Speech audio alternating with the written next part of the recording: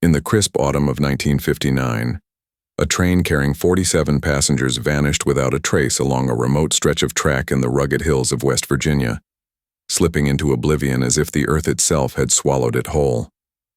For decades, the mystery haunted the region, a whispered tale of lives snuffed out in an instant, leaving families to grapple with unanswered questions and a silence that grew heavier with each passing year. The train, a creaky old passenger car bound for Charleston, had been a familiar sight, its whistle echoing through the hollows as it chugged along the winding route. On that fateful October evening, the passengers, miners in worn coats, housewives clutching bags, a young couple on their honeymoon, boarded with the routine trust of those who'd ridden the line 100 times before.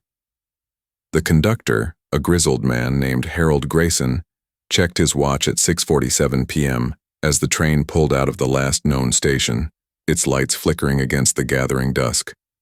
No one could have predicted that this would be the last anyone would see of them alive. The first sign of trouble came not from the passengers, but from the silence that followed. The train was due in Charleston by 9:15 p.m., a journey of just over 2 hours through the dense Appalachian wilderness. When it didn't arrive, the station master raised the alarm, his voice crackling over the radio with a growing edge of panic. Search parties were dispatched at dawn, their boots crunching through fallen leaves as they scoured the tracks, expecting a derailment or a mechanical failure. But the rails stretched on, unbroken and eerily empty, the gravel beside them undisturbed. The air was thick with the scent of pine and damp earth, yet there was no scent of smoke, no splintered wood, no cry for help. It was as if the train had dissolved into the night. Families gathered at the station, their faces etched with fear, clutching photographs of loved ones. Eleanor Hayes, a schoolteacher with a warm smile. Tommy Riggs, a 12-year-old boy traveling to visit his grandparents. Margaret Dunn, a nurse with dreams of a better life. The absence of any wreckage fueled wild speculation. Had the train been hijacked? Had it plunged into a hidden ravine? The lack of answers gnawed at the community, a wound that refused to heal. As days turned to weeks, the investigation deepened, led by a young railroad detective named Clarence Holt. Holt was a methodical man, his desk cluttered with maps and timetables, his mind racing to piece together the impossible. He interviewed the station staff, pored over maintenance logs, and even consulted old-timers who swore the hills were cursed. The train's last radio transmission, a garbled message at 7:03 p.m. reporting unusual vibrations, offered the only clue, but it was maddeningly vague. The search expanded, helicopters buzzing overhead, their spotlights cutting through the fog, while ground crews hacked through thickets and scaled cliffs. Yet the wilderness yielded nothing. No tracks, no debris, no sign of the 47 souls who had vanished. Holt's frustration mounted as he stared at the photograph of the train, its sepia tones a stark contrast to the modern steel engines of the 1950s. The passengers' faces, captured in a group shot taken just before departure, stared back at him, ordinary people caught in an extraordinary fate. The case grew cold, filed away as one of the great unsolved mysteries of the 20th century. But the families never stopped waiting, their hope a fragile thread in the face of overwhelming despair. Don't let their story fade. Subscribe now, or you'll miss the chilling truth that could haunt you forever. Years rolled by, the 1960s giving way to the 70s and 80s, and the vanished train became a legend, a ghost story told around campfires. Children dared each other to walk the old tracks at night, their laughter mingling with the wind that whispered through the trees. Holt, now gray-haired and retired, kept a scrapbook of clippings, his obsession undimmed by time. He'd revisit the site annually, his boots leaving fresh prints in the dirt, his eyes scanning the horizon for something, anything that might explain the disappearance. The railroad company, under pressure from grieving families, commissioned surveys and seismic studies, but the results were inconclusive, the hills hiding their secrets with stubborn resolve. Rumors swirled. Some said the train had been sucked into a sinkhole. Others claimed it was the work of a shadowy government experiment. The lack of evidence only fueled the myths, turning the passengers into spectral figures in the collective imagination. Eleanor's sister Ruth wrote letters to newspapers, her handwriting shaky with age, pleading for someone to care. Tommy's grandparents placed a memorial stone by the tracks, its inscription weathered but legible. Lost but not forgotten. The pain lingered, a silent scream in the hearts of those left behind. Then, in the spring of 1996, a breakthrough came from an unlikely source. A team of geologists, mapping the region for a mining project, stumbled upon an anomaly, a collapsed tunnel buried beneath a thick layer of earth and rock. The discovery was accidental, the result of a ground-penetrating radar sweep that revealed a hollow space where none should have been. The crew, led by Dr. Marianne Kessler, a no-nonsense woman with a PhD in earth sciences, descended into the site with ropes and headlamps, their breaths visible in the cool, damp air. What they found stopped them cold. The rusted hulk of a train car, its doors jammed shut, its windows caked with decades of grime. The number 45 was faintly visible on the side, matching the last known car of the missing train. Kessler's heart pounded as she radioed her team, her voice trembling with a mix of awe and dread.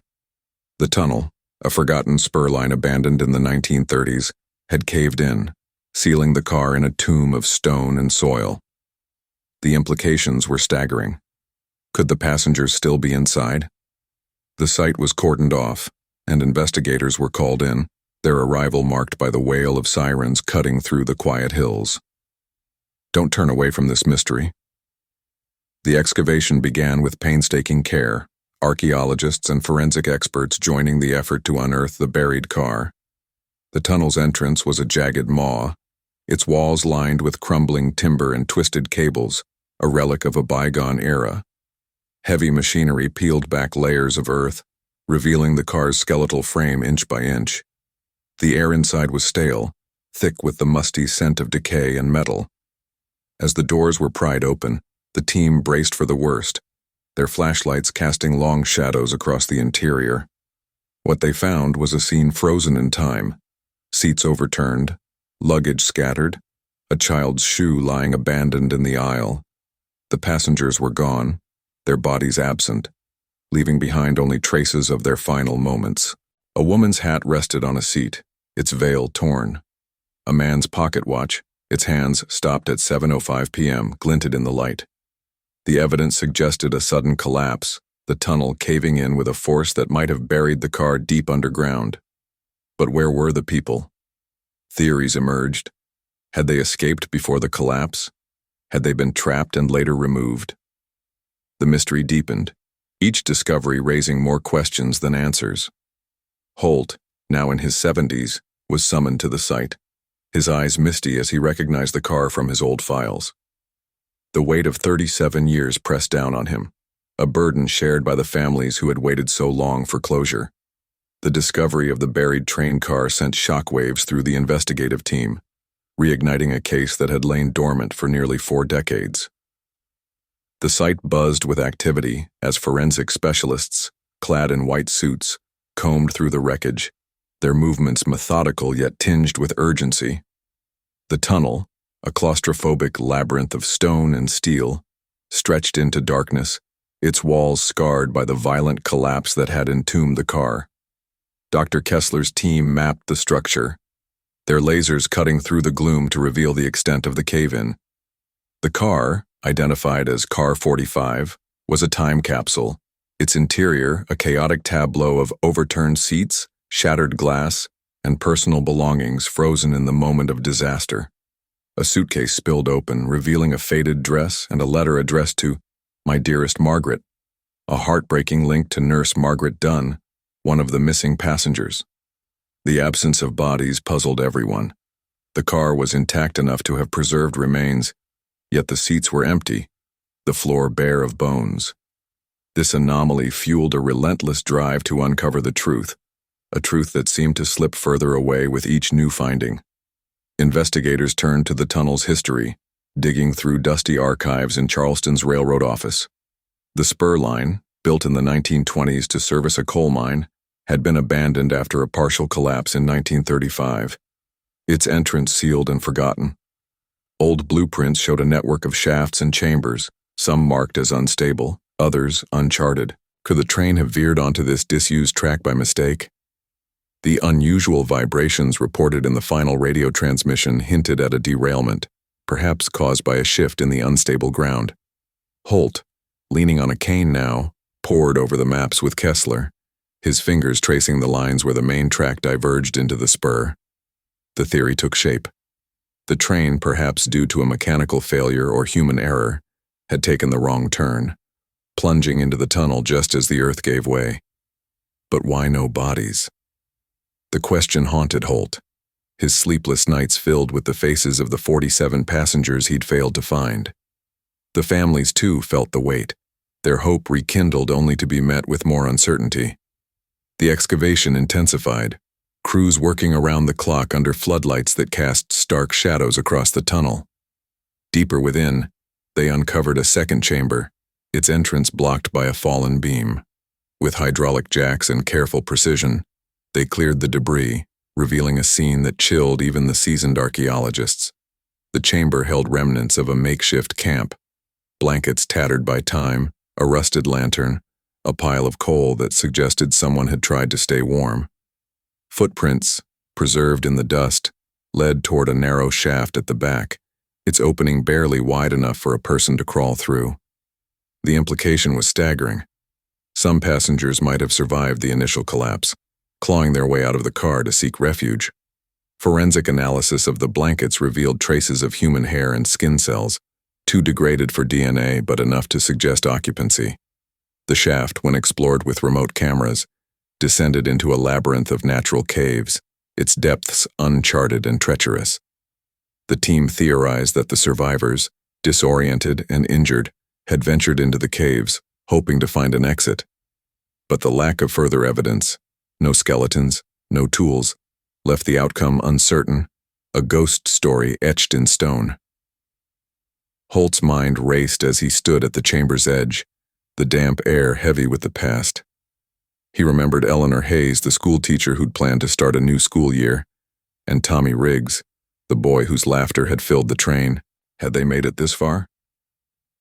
The cave system, part of a larger network beneath the Appalachians, was a death trap. Narrow passages, sudden drops, and pockets of methane gas that could suffocate the unwary. Rescue teams, equipped with gas detectors and climbing gear, began mapping the caves, their progress slow and perilous. They found signs of human passage, a scratched initial M on a rock wall, a fragment of cloth snagged on a stalactite. Each discovery was a thread in a tapestry of survival and despair, yet the threads led nowhere. The caves seemed to swallow the evidence as effectively as the tunnel had the train. Holt's health faltered under the strain, his cough echoing in the hollow spaces. But he refused to leave, driven by a need to give the families something, anything, to hold on to. The investigation took a darker turn as rumors surfaced of a cover-up. Old railroad workers, interviewed by a local journalist, spoke of hushed meetings in the 1950s, of orders to seal the spur line and forget the incident. A retired engineer claimed he'd been paid to falsify maintenance records, suggesting the track's condition had been known but ignored to cut costs. The theory gained traction. The railroad, fearing liability, might have sent a crew to remove the bodies after the collapse, burying the evidence to protect its reputation. Investigators subpoenaed company records, uncovering a payment ledger from 1960 that listed an emergency cleanup near the site. The amount was substantial, enough to hire a discreet team. Holt, now bedridden but still sharp, pieced together the timeline. If the bodies were removed, they could have been interred in an unmarked grave or dumped into the cave's depths. The cave mapping team redoubled their efforts, lowering microphones into the shafts to detect hollow spaces. A faint echo returned, hinting at a larger chamber below. The possibility of finding a mass grave loomed, a grim resolution to a decades-old enigma. The families gathered at the site's perimeter clung to each other, their tears mingling with the rain that began to fall, a somber requiem for the lost.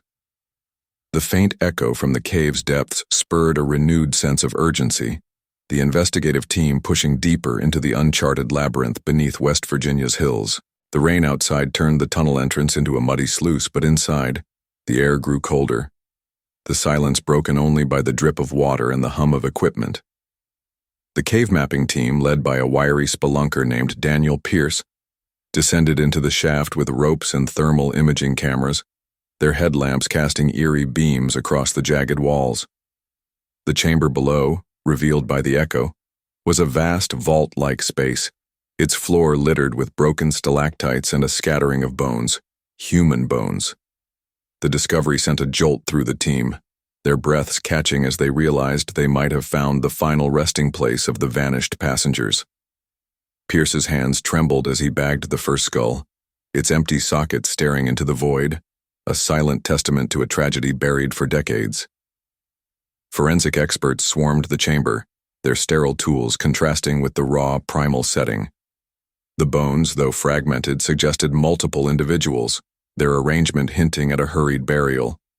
A rusted shovel, its handle splintered, lay nearby, corroborating the cover-up theory.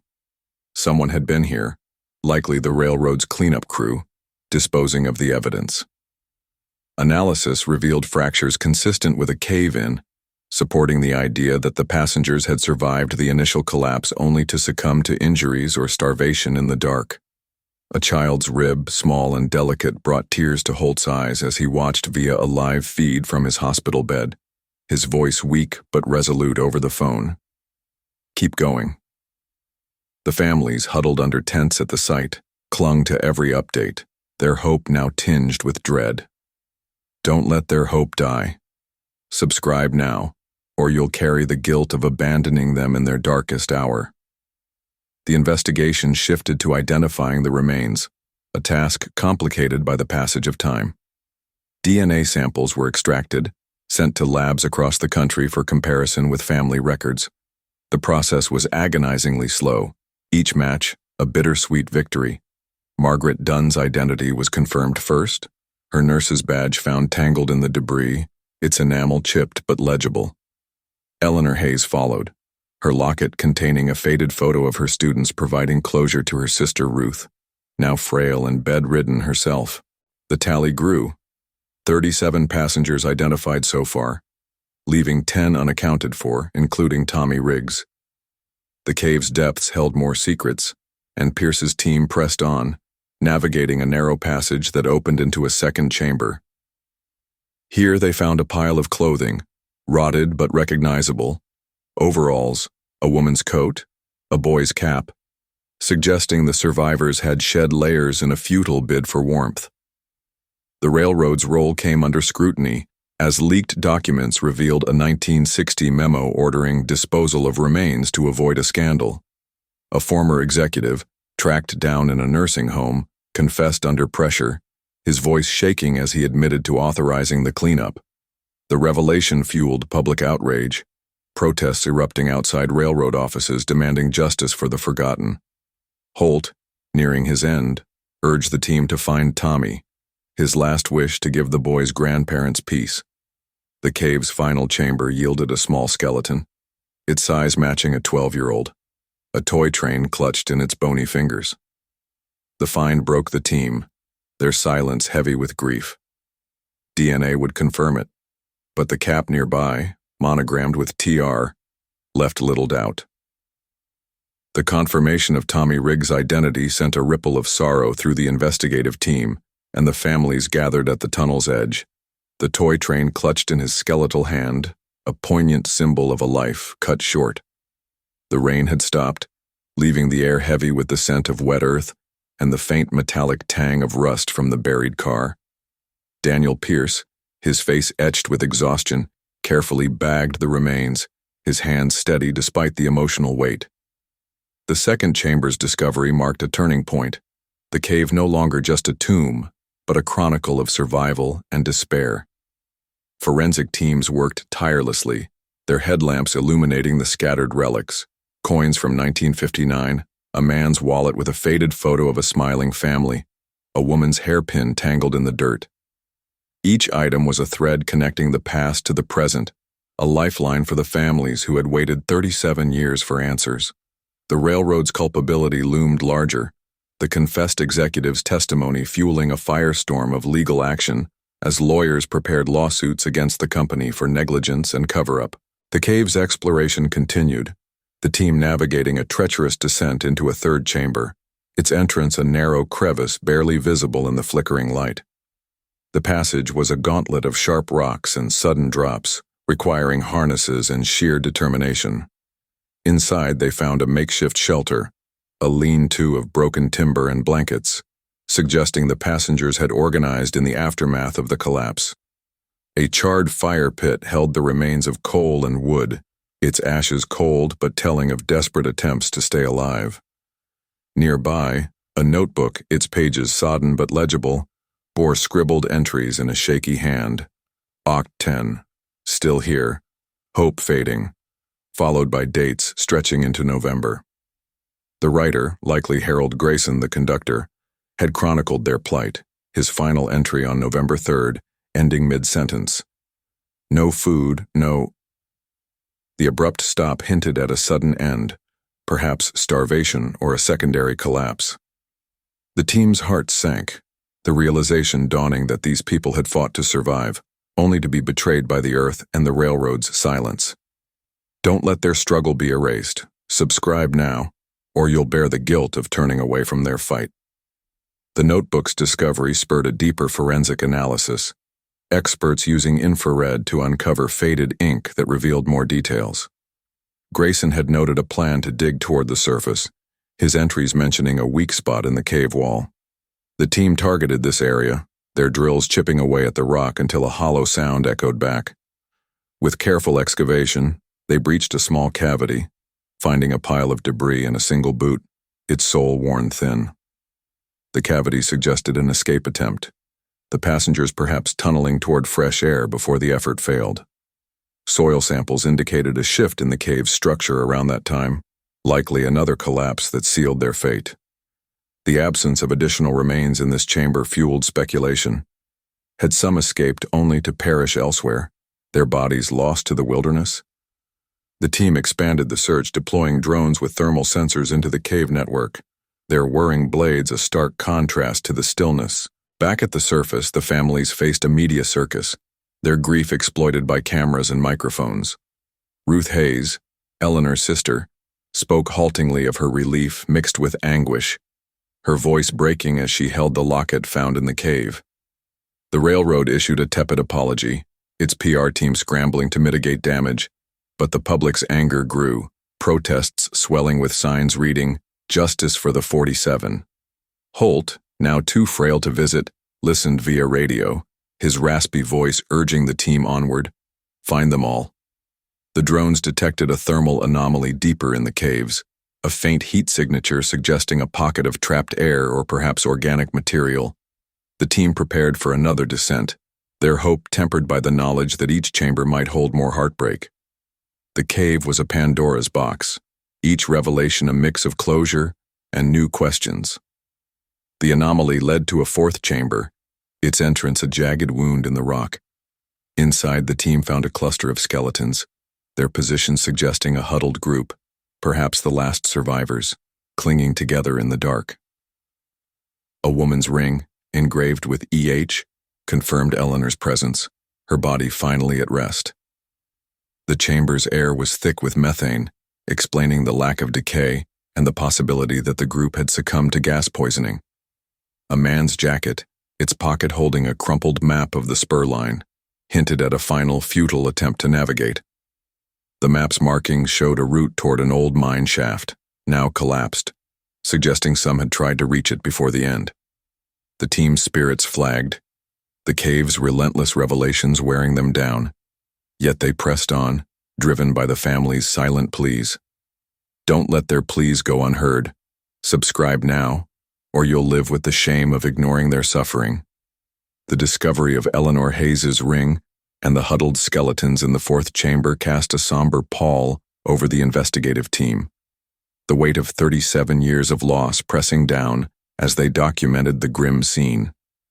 The methane-laden air hung heavy, its faint tang a reminder of the invisible killer that might have claimed the final survivors. Daniel Pierce, his hands now steady from years of practice, carefully bagged the remains, each skeleton a story of endurance cut short. The man's jacket, its map crumpled and torn, was spread out under a portable light, revealing a hand-drawn path marked with shaky lines toward the old mine shaft. The markings were desperate, a last-ditch effort to find an exit, but the collapsed shaft on the map told a different tale, one of hope extinguished by tons of rock. The team's drones, still humming in the background, captured the chamber's layout, their footage showing a narrow tunnel branching off, its end lost in shadow. The possibility of more survivors lingered, a faint pulse in the cave's oppressive silence, driving the team to push deeper despite their exhaustion. Forensic experts converged on the chamber, their tools buzzing as they collected samples from the skeletons and the environment. The ring, engraved with EH, was a match for Eleanor's family heirloom, its gold dulled but intact, a poignant link to the schoolteacher who had dreamed of shaping young minds. The methane levels, measured at lethal concentrations, suggested the group had been overcome quickly, their huddled formation a testament to their final moments of comfort. A child's bracelet, its clasp broken, lay near one skeleton, its size suggesting it might have belonged to Tommy Riggs, though DNA would confirm it. The team's spirits lifted briefly with this find, a glimmer of closure for the boy's grandparents, who had waited decades by the memorial stone.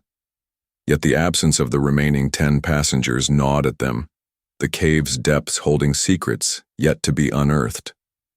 Holt's voice crackled over the radio, weak but insistent. "Keep looking. They're still out there." His words fueled their resolve, a dying man's plea echoing in the hollow spaces. The narrow tunnel beckoned, its entrance a tight squeeze that required the team to shed gear and crawl on their bellies. The passage twisted downward, the walls closing in, the air growing thicker with each meter. Pierce led the way, his headlamp flickering as it caught glints of quartz embedded in the rock. After what felt like an eternity, the tunnel opened into a fifth chamber, its ceiling low and its floor a chaotic jumble of boulders and debris. The team's lights revealed a startling sight. A second train car, smaller and older than Car 45. Its frame crushed but recognizable. The number 12 was stenciled on its side, a detail that sent a chill through Pierce. Records showed a maintenance car, Car 12, had been attached to the 1959 train for repairs. The car's presence suggested the derailment had involved more than one vehicle, its collapse perhaps triggering the tunnel's demise. Inside, they found a cache of tools, wrenches, a hammer, a pry bar, scattered as if dropped in a hurry, hinting that crew members had tried to free the passengers or themselves. The chamber held more than just the car. A pile of bones, less fragmented than those in the fourth chamber, lay near a natural spring, its water still trickling faintly. The bones suggested a group that had lasted longer, perhaps sustained by the spring before the methane or a final collapse took them. A leather satchel, its contents preserved by the damp, yielded a logbook, its pages brittle but legible. The entries, written in a hurried scrawl, chronicled the crew's efforts post-collapse. Oct 11, car derailed, tunnel unstable. Oct 13, passengers moved to chamber, water found. Oct 20, gas rising, some gone. The final entry, dated October 25th, read, "No hope sealing shaft to save air." The logbook's author, likely the train's engineer, had sealed a side passage, a desperate act to prolong their lives. The team found the sealed shaft, its rocks carefully stacked, and began to clear it, their tools clinking against stone in the quiet. As they worked, a faint metallic glint caught Pierce's eye. A railroad badge, its nameplate reading J. Larson, the engineer listed on the 1959 manifest. The badge lay near a skeleton with a fractured skull, suggesting Larson had died sealing the shaft, perhaps struck by falling rock. The chamber's air grew stifling, the methane detector beeping a warning, forcing the team to retreat momentarily. Back at the surface, the logbook was rushed to experts, its contents analyzed to reconstruct the timeline. The crew had moved passengers to the fifth chamber, using Car 12 as a temporary shelter, but the rising gas and structural instability had sealed their fate. The sealed shaft, when fully cleared, revealed a smaller cavity containing 3 more skeletons, their positions suggesting they had been the last to succumb, huddled near the spring. Among them was a woman's purse, its contents including a locket with a photo of a young girl, possibly Margaret Dunn's, linking her to this final group. The railroad's cover-up deepened with this find. The logbook's mention of sealing shaft to save air, implying the company knew survivors might have lingered.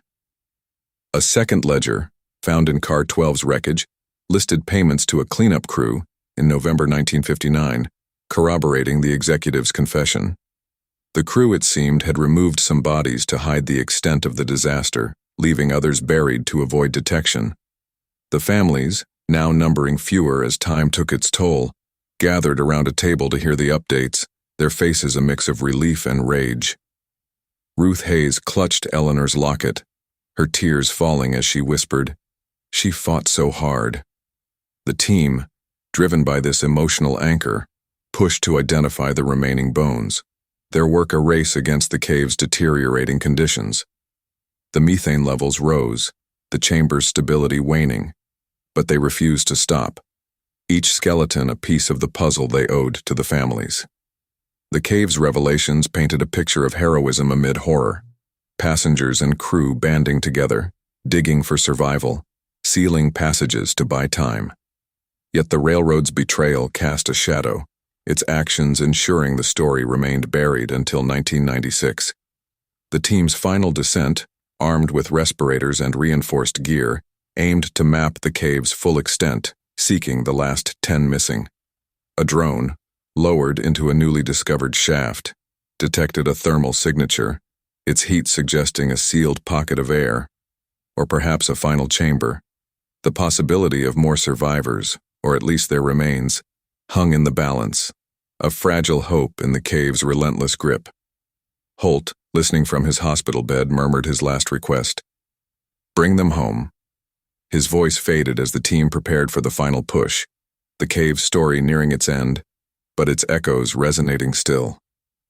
Don't let Holt's last wish go unfulfilled. Subscribe now, or you'll bear the burden of letting him down.